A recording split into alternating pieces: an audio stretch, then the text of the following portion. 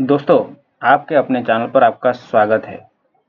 आज हम सीखेंगे कि ट्रेंड बॉक्स के स्ट्रैटेजी को हम कैसे स्टॉक मार्केट में अप्लाई कर सकते हैं और बहुत ही सिंपल तरीके से हम सिंपल एंट्री एंड एग्जिट को डिसाइड कर सकते हैं, वो भी बस 12 कैंडल को सीख के। ठीक है, जो मेरा पहला वीडियो था इस सीरीज का वो मैंने ऑलरेडी अपलोड किया हुआ है, आप चैनल पर जाकर देख सकते हो। जो पहला कैंडल जो है डोजी, उसके बारे में मैंने उसमें बताया है। अब जो सेकंड कैंडल है उसके बारे में मैं आज बात करूंगा। ठीक है, सेकंड कैंडल है पियर्सिंग पैटर्न। ठीक है, पियर्सिंग पैटर्न कैसा होता है मैं पहले आपको दिखा देता हूं कि पियर्सिंग पैटर्न कैसा होता है।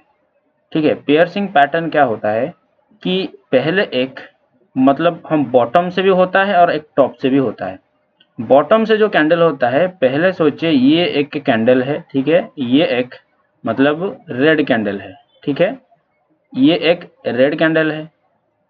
जैसे कि मैं यहाँ आपको दिखा देता हूँ, इस चीज से आपको सही से पता चलेगा। ठीक है, जैसे कि देखिए ये एक रेड कैंडल है। ठीक है, तो रेड कैंडल है। रेड कैंडल क्या है कि ये उसका ओपनिंग है। ठीक है, ये उसका ओपनिंग है।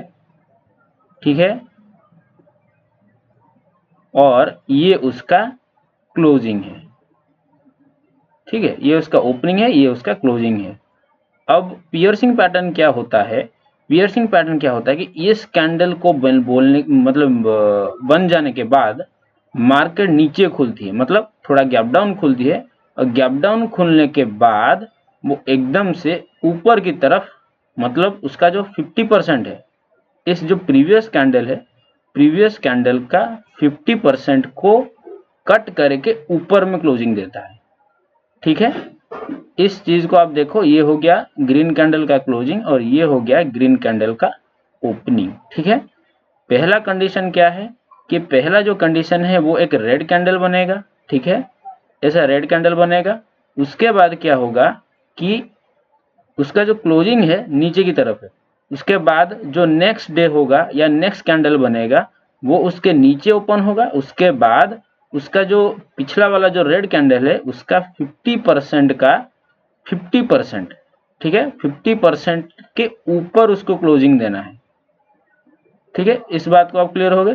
तो 50% से ऊपर अगर ये क्लोजिंग दे देता है तो उसे हम बोलते हैं पियर्सिंग पैटर्न। ठीक है, ये एक बुलिश पियर्सिंग पैटर्न है। और अगर ये सपोर्ट के पास बनता है, अगर एक रेजिस्टेंस के पास पियर्सिंग पैटर्न बनेगा तो इसका उल्टा बनेगा। उल्टा कैसे बनेगा? जैसे कि देखिए, पहले ऐसे एक कैंडल बनेगा जो कि एक ग्रीन कैंडल रहेगा।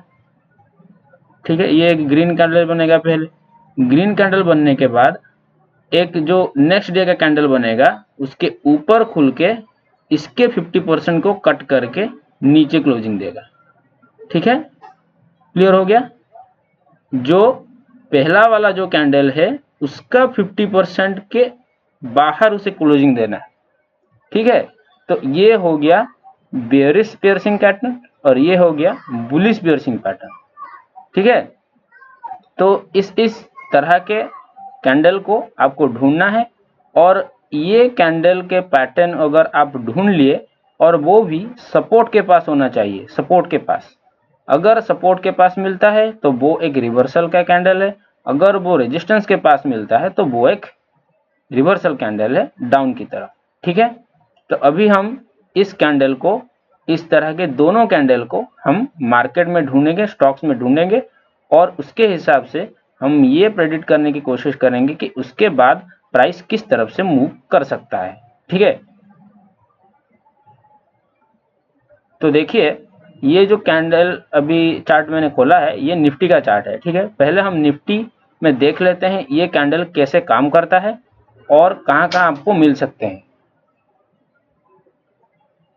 ठीक है, पहला वाला जो कैंडल हमें ढूंढना है वो एक सपोर्ट के पास होगा या रेजिस्टेंस के पास होगा। देखिए ये वाला जो कैंडल है, ये वाला जो कैंडल है ये वो पैटर्न हमें दिखा रहा है। ठीक है, आप यहाँ देख सकते हो जो पहले वाला कैंडल है वो एक रेड कैंडल है। ठीक है, रेड कैंडल होके वो नीचे क्लोजिंग दिया। ठीक है, आप यहाँ देख सकते हो पहले इसने नीचे क्लोजिंग दिया। नीचे क्लोजिंग देने के बाद और ट्रेंडबॉक्स के स्ट्रैटेजी के हिसाब से जो रूल्स भी हैं वो भी फॉलो हो रहे हैं। क्या रूल्स थे कि जो मूविंग एवरेज है, मूविंग एवरेज से वो दूर होना चाहिए। उसके बाद स्टोकास्टिक का जो इंडिकेटर है वो एक ओवरसोल्ड कंडीशन में होना चाहिए। ठीक है, ओवरसोल्ड कंडीशन हो गया। उसके बाद क्या कर रहा है, ये जो कैंडल है, ये कैंडल आप यहाँ देख सकते हो, यहाँ से ओपन हो रहा है। ठीक है, यहाँ से ओपन हो रहा है। उसके बाद जो उसका प्रीवियस कैंडल है, जो रेड कैंडल है, उसका 50%, उसके बॉडी का 50% ऊपर अगर क्लोजिंग दे देता है तो वो एक पियर्सिंग पैटर्न बन जाता है। और यहाँ इसने एक पॉजिटिव पियर्सिंग पैटर्न बनाया है। ठीक है, तो इसी हिसाब से ये एक पियर्सिंग पैटर्न कंफर्म हो गया। और जैसे कि आप देख सकते हो कि मूविंग एवरेज से वो दूर भी था और जो स्टोकास्टिक का जो इंडिकेटर है वो भी ऊपर की तरफ अभी दिखा रहा है। तो देखिए उसके बाद क्या हो रहा है, उसके बाद एकदम से मार्केट गैप अप खुल रही है, डोजी बना रही है। ये जो कैंडल हमें दिखी, इसके बाद ये एक पॉजिटिव रिवर्सल कैंडल था और यहाँ इसने 100% वर्क भी किया। ठीक है, उसके बाद आप देखोगे कि फिर से एक रेड कैंडल बना है, बट ये एक पॉजिटिव कैंडल बना है। कैसा? क्योंकि इसका जो क्लोजिंग है प्रीवियस कैंडल से ऊपर क्लोजिंग है। आप पहले जो कैंडल है उसका साइकोलॉजी पहले समझो। ठीक है, ये ऊपर खुला था, उसके बाद डाउन गया है। ठीक है, बट प्रीवियस कैंडल के हिसाब से इसका जो क्लोजिंग है उसके ऊपर क्लोजिंग दिया है, मतलब ये पॉजिटिव कैंडल है। ठीक है, रेड दिख रहा है क्योंकि उसका क्लोजिंग नीचे है, बट प्रीवियस कैंडल के हिसाब से इसका क्लोजिंग ऊपर है। ठीक है, तो ये ऊपर जा रहा है। प्राइस हायर हाई बनाता है या लोअर लो बनाता है, तो यहाँ प्राइस हायर हाई बना रहा है, बट क्लोजिंग के हिसाब से रेड कैंडल बनी है। ठीक है, उसके बाद हम थर्ड कैंडल पर जाते हैं। थर्ड कैंडल में भी वही बना है, ये डोजी बनाया है और ऊपर क्लोजिंग देके नीचे, ऊपर ओपनिंग देके नीचे क्लोजिंग दिया, इसीलिए रेड दिख रही है। बट ये भी एक पॉजिटिव कैंडल है क्योंकि उसका क्लोजिंग ऊपर है। ठीक है ना, तो इसी तरह से इसका साइकोलॉजी, जो वो कैंडल होता है उसका पीछे का साइकोलॉजी भी आपको समझना पड़ता है, तभी जाके आप प्राइस एक्शन को सही से अप्लाई कर पाओगे। ठीक है, तो अभी हम एक और एग्जांपल की तरफ चलते हैं। देखिए ये जो हो गया, ये डोजी कैंडल हो गया, जो मेरे पहले वीडियो में मैंने बताया था एक रिवर्सल कैंडल होता है। ठीक है, तो उसके बाद हम एक दूसरा देखते हैं। देखिए आप यहाँ देख सकते हो, ये भी एक रिवर्सल कैंडल की तरह दिख रहा है, बट ये उसका 50% को क्रॉस नहीं किया है, बट तब भी मार्केट ने पॉजिटिव साइड ले लिया है। ठीक है, ये पियर्सिंग पैटर्न नहीं है बट पॉजिटिव की तरफ चला गया। क्यों चला गया? क्योंकि ये जो ट्रेंड बॉक्स का सेटअप के हिसाब से ये ईएमए से दूर था और जो स्टोकास्टिक का जो इंडिकेटर था वो एक ओवरसोल्ड जोन में था। ठीक है, तो हर वक्त ऐसा भी नहीं है कि बस आपको प्राइस ही सब कुछ बताता है, इंडिकेटर भी का काम होता है। अगर इंडिकेटर का काम नहीं होता तो इंडिकेटर एग्जिस्ट ही क्यों करते? ठीक है ना, इंडिकेटर का काम होता है, अगर आप उसे ठीक से यूज करना आ गया तभी आप उसे यूज कर पाएंगे। अगर आपको यूज करना ही नहीं आता तो आप उसे यूज नहीं कर पाएंगे और वो आपको गलत सिग्नल दिखाएगा।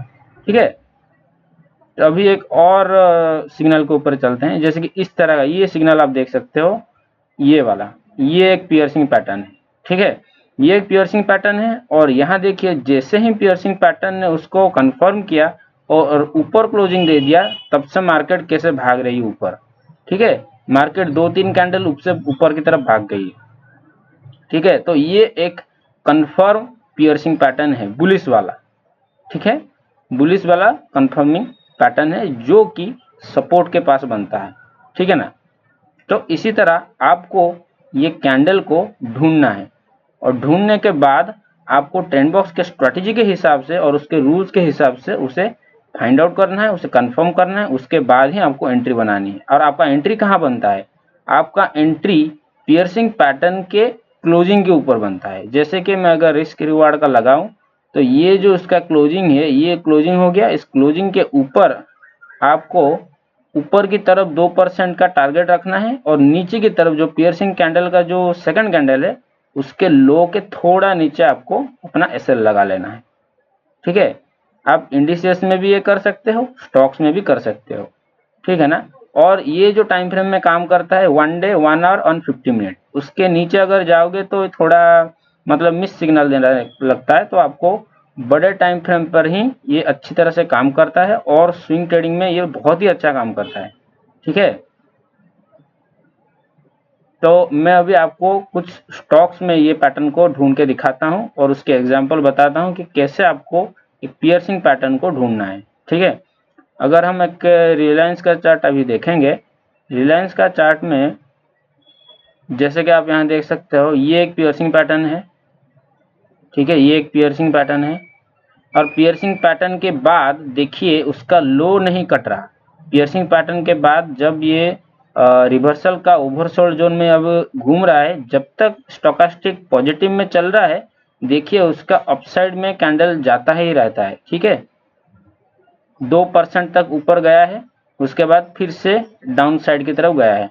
तो मतलब ये है कि अगर आप इसे डेली टाइम फ्रेम में यूज करते हो, 1 आवर टाइम फ्रेम में यूज करते हो, तो 2-3% का प्रेडिक्शन करना आसान है, मतलब होता ही होता है। ठीक है, 90% ऑफ द टाइम अगर आप सही जगह पर एंट्री ले रहे हो तो। ठीक है, तो उस बात का भी आपको ध्यान रखना है कि आप सही जगह पर सही इंडिकेटर के साथ, सही कंफर्मेशन के साथ अगर आप इसको एंट्री लोगे तो आपका प्रॉफिट बनाने का प्रोबेबिलिटी हाई है और आप प्राइस को प्रेडिक्ट भी कर पा रहे हो कि हाँ ये मेरा टारगेट को हिट करेगा। ठीक है, अभी एक और सिनेरियो देखते हैं।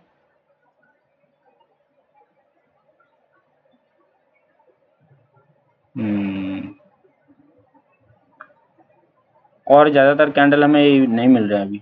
ठीक है,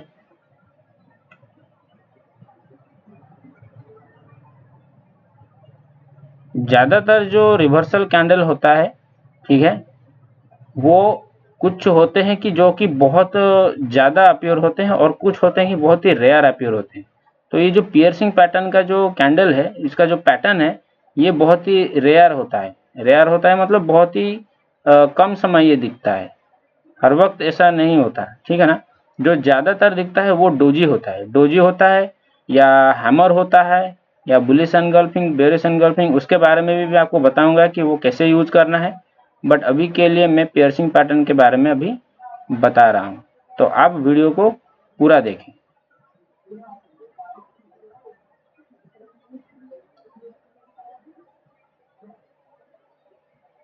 इस कैंडल में भी नहीं है।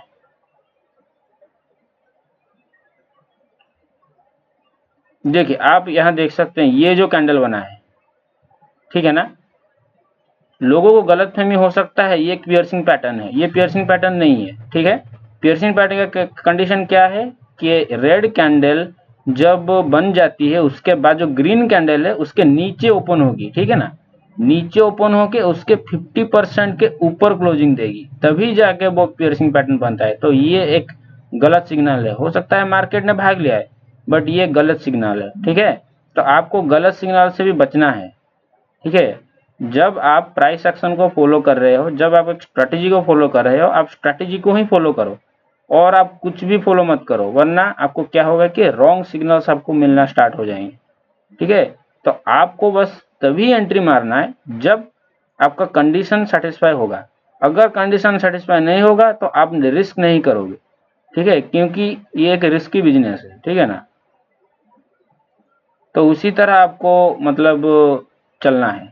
देखिए ये मिल गया हमको पियर्सिंग पैटर्न, ये बहुत ही अच्छा पियर्सिंग पैटर्न है, जैसे कि आप यहाँ देख सकते हो। ठीक है, जो एमएनएम में बना है। ठीक है, तो पहला जो रेड कैंडल है, रेड कैंडल नीचे की तरफ जा रहा है। ठीक है, नीचे की तरफ जाने के बाद यहाँ देखिए इसका क्लोजिंग बन गया। ठीक है, 11 से 55 के पास। उसके बाद जो ग्रीन कैंडल बना है उसका ओपनिंग उसके नीचे बना है। ठीक है, उसका ओपनिंग है कितना, 1192। तो उसके बाद मार्केट ने जब जो प्रीवियस कैंडल है, ठीक है, प्रीवियस कैंडल का 50% के ऊपर क्लोजिंग दे दिया, तो ये एक बुलिश पैटर्न बन गया। ठीक है, और अगर आप नीचे से देखोगे तो स्टोकास्टिक भी ऊपर की तरफ जा रहा है बॉटम से, तो ये एक पॉजिटिव साइन हो गया और स्ट्रैटेजी ने कंफर्म किया उसके इंडिकेटर को, सिग्नल को और कंडीशन को। तो आपको क्या करना है, उसके बाद उसी कैंडल के ओपनिंग या हाई के ऊपर आपको एंट्री ले लेना है और आपको 2-3% का टारगेट लगा के जिस कैंडल के ऊपर आप एंट्री ले रहे हो उसके लो के नीचे आपका एसएल रहेगा। ठीक है, तो इसी तरह आपको देखना है। और जैसे ही मार्केट इस ट्रेंड लाइन के ऊपर, ये जो 8 EMA का जो ट्रेंड लाइन है उसके ऊपर सस्टेन करता है, तो आप धीरे धीरे बहुत ही बड़ी मूव को भी कैप्चर कर सकते हो। ठीक है, अगर आप इस चीज को होल्ड करते चले जब तक उसका SL नहीं बच जाता और ये ट्रेंड लाइन के ऊपर होता है, और आप ये मतलब आप ट्रेंड के साथ ट्रेड कर रहे हो, अगर आप ट्रेंड के साथ ट्रेड कर रहे हो तो इससे आपको बहुत ही बड़ा मुनाफा हो सकता है और बहुत ही बड़ा रिस्क रिवार्ड ये बना के देता है। देखा आपका कितना अच्छा एंट्री पॉइंट मिला आपको, और बहुत ही बड़ा रिस्क रिवार्ड बन जाता, मतलब 30% का भी रिस्क रिवार्ड आपके यहाँ मिल सकता था स्टॉक में, M&M में। तो इसी तरह इस स्ट्रैटेजी को आपको अप्लाई करना है और इसी कैंडल को स्ट्रैटेजी के साथ कंफर्म करने के बाद ही आपको एंट्री लेना है। ठीक है, तो अगर आप इस वीडियो से कुछ सीखने को मिला और आपको अच्छा लगा तो मेरे वीडियो को सब्सक्राइब करो, लाइक करो एंड शेयर करो। जय हिंद।